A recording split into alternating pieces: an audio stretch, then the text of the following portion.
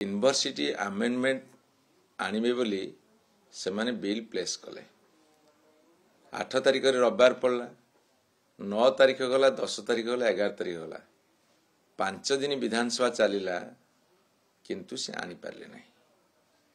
आमे जितले भितरे ताको तर्जमा कलु कौन सरकार कहीं असुविधार सम्मुखीन होउछंती देखिला बेलू बुझागला जे माननीय राज्यपाल महोदय अत्यंत असंतुष्ट क्षुब्ध अच्छा।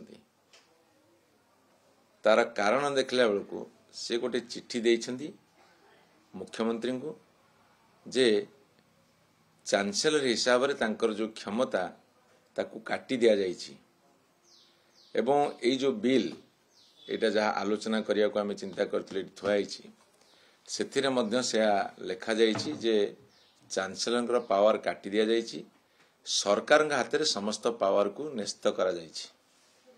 एई जो गवर्नर बा चांसेलर और सरकार के भीतर जो कॉन्फ्लिक्ट से जोगु बिल आसी पारला नहीं एवं बाध्य ही सी आउ 16टी कार्य दिवस थाई काली तरबरिया भाव में विधानसभा को बंद करदे।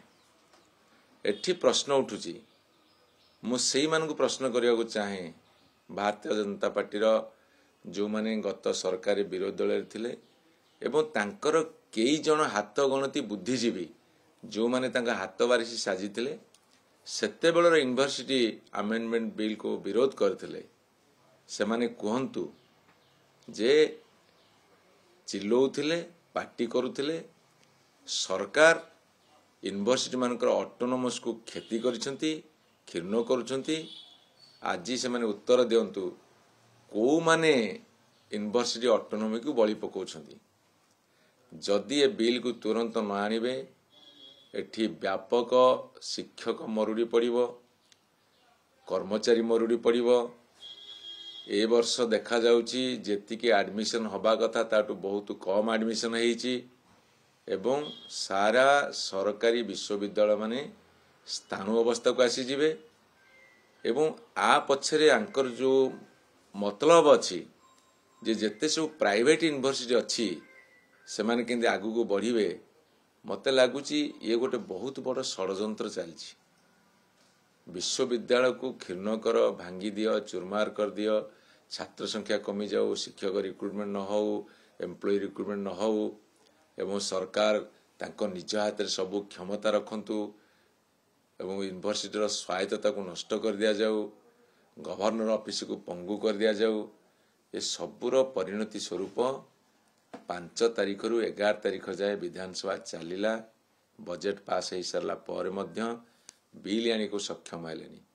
मु एभली सरकार मो जीवन काल भितर देखी नहीं जे बिल टाको आणंतु अंतत आलोचना करंतु।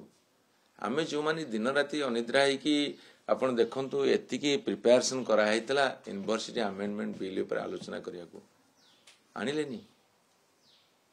मते तो लागुची आउरी कोन षडयंत्र थिबो हेते ऑर्डिनेंस आनी पारंदी।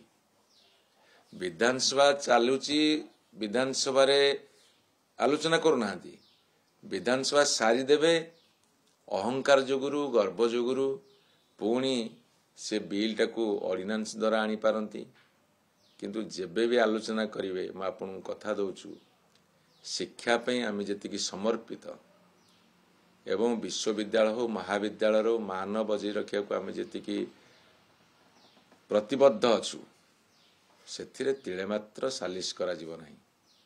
एमानकर जेते षडयंत्र थाउ जेते शिक्षा व्यवस्था को नष्ट करिवार चिंता थाउ ताकू आमे ओडिशावासी सुजोग दबु एवं आउ गोटे कथा कहूची जो केते जन हाथ बारिशी साजिथिले संख्याधिक बुद्धिजीवी ई सरकार रो ए शिक्षा नीति विरोध करुछंदी आउ जो केते जन हाथ बारिशी साजी आज विभिन्न पद पदवी रे पाइछंदी आलोचना समय आसीबो कथा से माने कोठी अछंदी आसी कहंतु 2020 आम सरकार जतले थिला जो बिल पास होता आमेंडमेंट आसला हाईकोर्ट को जाइए हाईकोर्ट स्पष्ट भाव में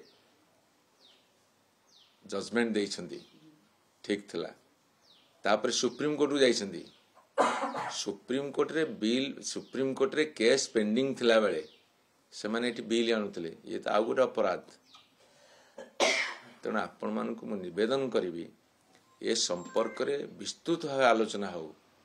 जदि शिक्षा व्यवस्था भुसुड़ी पड़िबो गोटे देश गोटे जाति गोटे समाज रो मूलदुआ भुसुड़ी पड़िबो। तेणु एटा को सीरियसली समस्त ओडिशावासी नवाक पड़िबो। एवं ए सरकार को मध्य निवेदन करी तुमे जो राग बसत अहंकार बसत बापराण ढिंकी अवस्था को जाई ए बिल आणुच से निवृत्त रहो। बर सुप्रीम कोर्ट रे जाई केस टाको फैसला कर दियो। आपनकर केंद्र सरकार अच्छी राज्य बर्तमान सरकार अच्छी आपण अंडर यूजीसी अच्छी आइदर से विथड्र करंतु किंबा सुप्रीम कोर्ट को कहतु आपण तुरंत आपरे गोटे निर्देशनामा दियंतु तापर एठी आपण बिल आणतु कि जहा करंतु। जेतले मैटरटा सुप्रीम कोर्ट रे पेंडिंग अच्छी सेतले एठी बिल कि विचित्र चिंताधारा। मु हाथ जोड़ी ओडिशावासी निवेदन करुच्ची हाथ जोड़ी ओडिशा सरकार बर्तमान भारतीय जनता पार्टी सरकार निवेदन करुच्ची आपण तुरंत सुप्रीम कोर्ट रे फैसला करंतु नले केस विथड्र करंतु तापर बिल आणतु बा ऑर्डिनेंस आणतु। मत जल जल देखा ऑर्डिनेंस आणवे कहीं गोटे जिद्दी अच्छा तो जेने तेने उपर गवर्नर पावर काटबू हाथ को क्षमता आणबू आम जहाँ कहीचु से करूँ ये ठीक कथा। तुरंत फैसला करूँ अंततः शिक्षा बंचीज आगामी पीढ़ी बंचीज ना ध्वंस हो।